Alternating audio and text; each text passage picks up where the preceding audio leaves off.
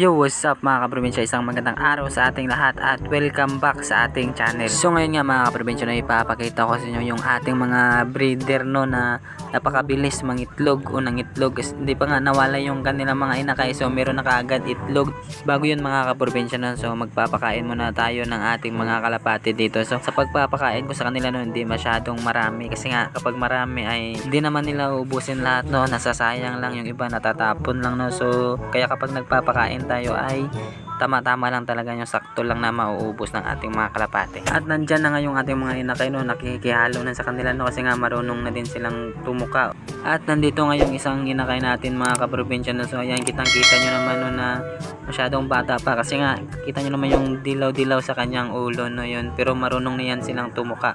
At ito naman yung kanyang kapatid mga kaprobinsya no, kitang kita nyo naman na hindi sila pareho ng kulay no. Ito iba yung kanyang kulay, meron siyang mga puti-puti sa kanyang ulo, yung isa no parang blue bar, kasi nga di pa natin yan malalaman ngayon habang tumatagal kasi mas lalo pa yung magmamature yung ating mga inakay no. Ang ginagandahan lang nito ng ating mga inakay no, kasi nga marunong na sila parehong tumuka ng pagkain no, hindi na sila umaasa sa kanilang mga magulang.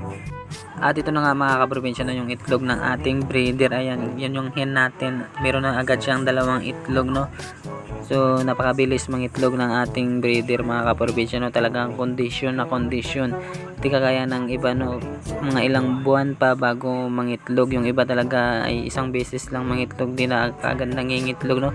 Pares ng ating mga kalapati dati, meron tayong breeder na ilang buwan na natin pinagpare, so hindi pa rin nangingitlog. Kaya ang ginawa ko ay iniwalay ko sila no ng mga ilang araw o ilang linggo, tapos pinagsama ko ulit. So ayun, nangitlog na. Pero dito sa ating breeder ngayon ay talagang maganda kasi nga masyadong bata pa yung kanilang mga inakay, so nangitlog na kaagad sila. Kaya kahit di pa natin nawala yung kanilang mga inakay, so meron na kaagad itlog na. So magandang sign yan mga kaprobinsya na talagang kondisyon yung ating breeder no. Ito naman yung ating kalapati no, na dalawa, mukhang nagpapares na silang dalawa no, kasi nga palagi silang magkasama. Itong puti yung kakat, yung sa kaliwa kanan pala ay yung ating hen.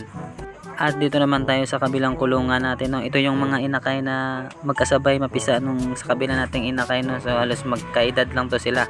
So dito mga kaprobinsya ay umaasa pa to sa kanilang mga magulang no. Talagang pinapakain pa to ng kanilang mga magulang. So ito talaga hindi pa to natin pwede iwalay, kasi nga pag iniwalay natin to may posibilidad na mamamatay to, kasi nga hindi pa marunong tumuka no, umaasa pa din.